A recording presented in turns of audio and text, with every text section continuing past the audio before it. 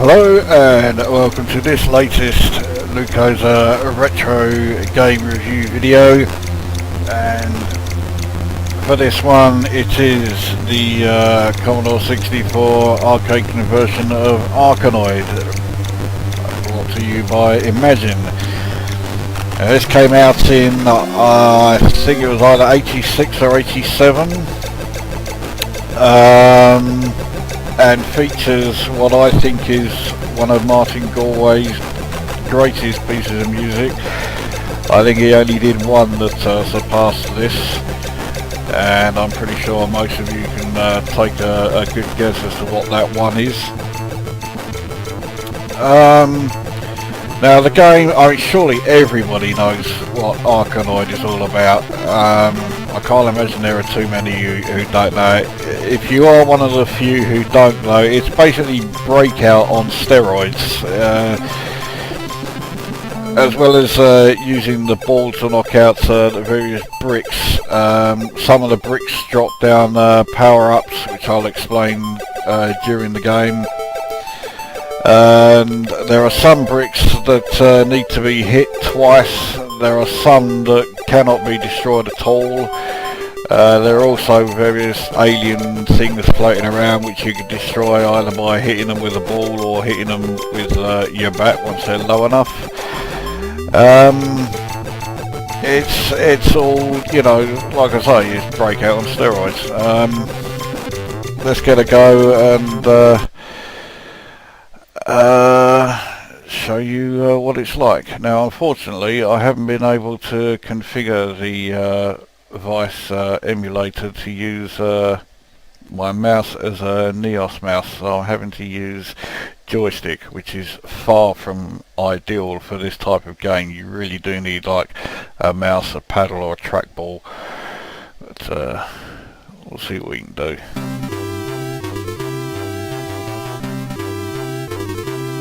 I will actually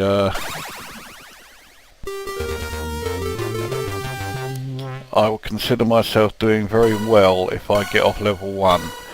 Now, one of the drawbacks of the Commodore 64 version of this is that the power-ups, the first one I picked up, which was the S, slows the ball down, but they tended to come down in a bit of a predictable series. They weren't completely random. That C that I've just picked up allows me to catch the ball and then release it wherever I like.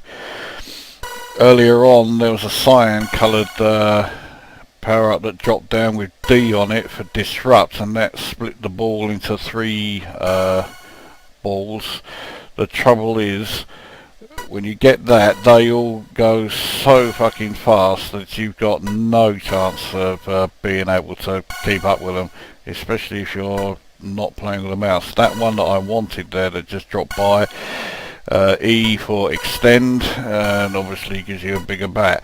There it is. Now I realise that in the game they use different terminologies rather than bat and ball and what have you, but you know, let's be honest, that's what they are. So I stick with them. Now the one power up I always want to keep an eye out for is the B, which I always say stands for bugger off, but I'm sure that's not what it actually stands for, but that's what it does. It allows you to leave the level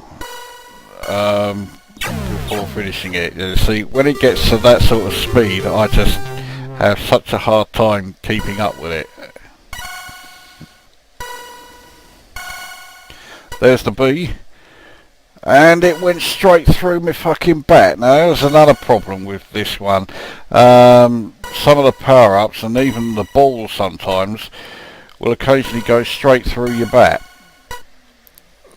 So yeah, it did have some glitches, that one being the worst. That annoyed me, that did. Okay, I wasn't sure if I picked up the catch or not.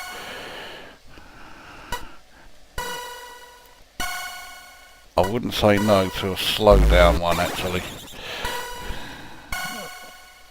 Oh, I thought I was kind of missed that. I'll grab that one. Oh shit, I wanted that one. Oh well, I'll take that one instead. There's a slow down there, and I missed it. Only just caught that one. Now, on this level, oh fucking hell. You may notice that these weird alien creatures that are floating around look awfully similar to the background, and it is possible to get them a bit mixed up. So you need to keep your eyes peeled in this game.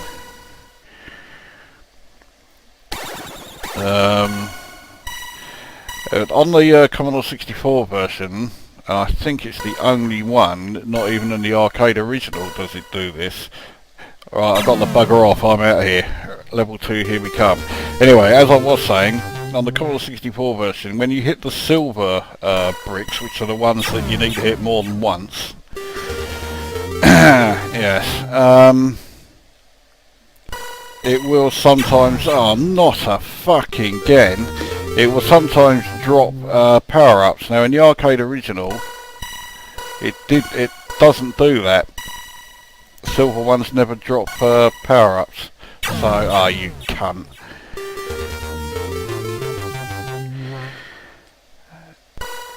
This level would be easier if the bricks weren't quite so low down, but then again, the word easy is never a word to use in conjunction with this game in any way. Mind you, this is helping.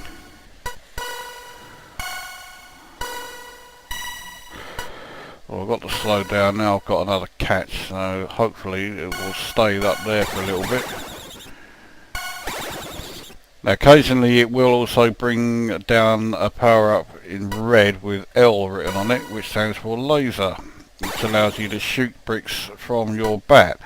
The trouble is with the Commodore 64 version, by the time that one gets dropped down, the ball is moving so fast that you'll be lucky if you're able to hit it once with the bat before it then... Oh, I knew I was going to regret that. Yeah, you're lucky if you can hit the ball once before it then goes past you, so the laser in the Commodore 64 one is pretty much useless. We'll have one more go, and I highly doubt I'll do any better. I'll probably be worse if anything. The furthest I ever got on the Commodore 64 version of this was level 5, and if you ever see level 5, it basically looks like the old Space Invaders type alien, made entirely out of silver bricks with the exception of 4 that make up its eyes. Basically you take one look at that, especially with the Commodore 64 version, and just say fuck that. Yeah, no chance.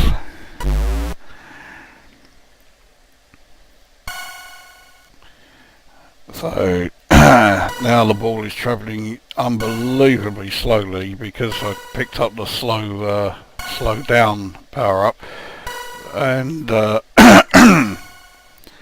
because picking it up this early on means the ball now barely fucking moves. But again, it's one of the consequences of the power-ups appearing almost in a sequence rather than the random order. So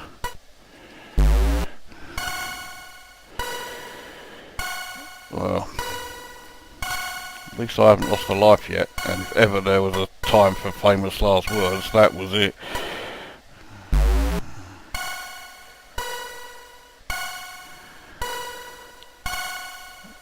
This game does require quite a significant amount of concentration, and consequently it's difficult to talk over while also playing, and then you do that. Right. Well, I did better than I expected on the first life, so mind you, that's I mean, I always expect to have, you know, a really seriously shit go. So, you know, basically taking out half a dozen bricks is me doing better than I expect. I'm trying to get that green one. I missed it by a fucking mile. Okay, I can't get it there. I could have got it there. Alright, see if I can knock out the pink one. Oh, that was close. Oh, well, I very nearly got it after all that. Now I have got it. There you go. I still want that green one. I doubt I'll... Oh, I don't know actually. I think I might have... Yeah, I've got it. And it gives me the bugger off. There we go. Alright. That was planned. Let's see if I can actually knock out that blue. No. And I see it's back to business as usual. That was even worse. At least I managed to keep the ball in play though. Oh. There you go, famous last words again.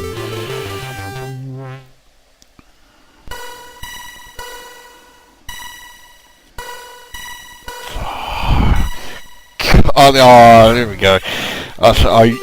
You really do need to get the mouse or a trackball or, you know, paddle or something to play this with joystick or keys. It's a thankless task, and that is the drawback with it. I mean, I had Arkanoid 2, Revenge of Doe, which I will be doing a video of quite soon, I would imagine, and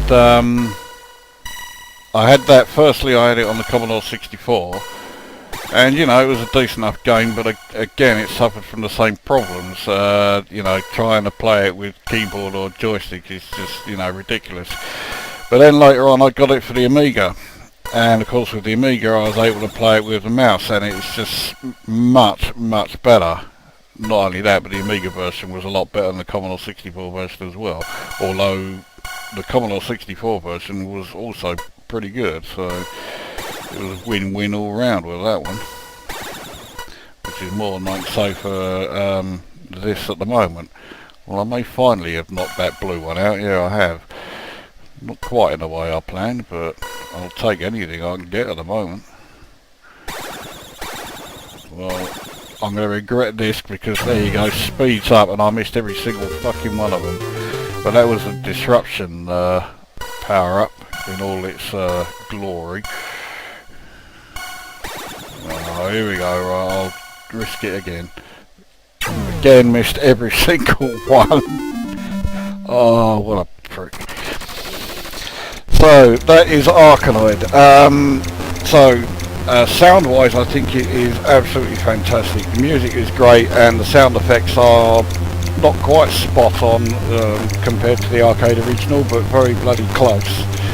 Graphic-wise, I think it's fine. It can get a bit messy when the alien creatures look so much like the background, but otherwise, you know, apart from that, it's great. But when it comes to the gameplay, if you have a mouse, a trackball or a paddle which will work on the Commodore 64, or you can get your mouse configured to work on the emulator, whichever emulator you're using, then the game's fantastic. If you can't and you're stuck with using joystick or keys, then it's dire because you really don't have a prayer. So I'm having to give it two different ratings.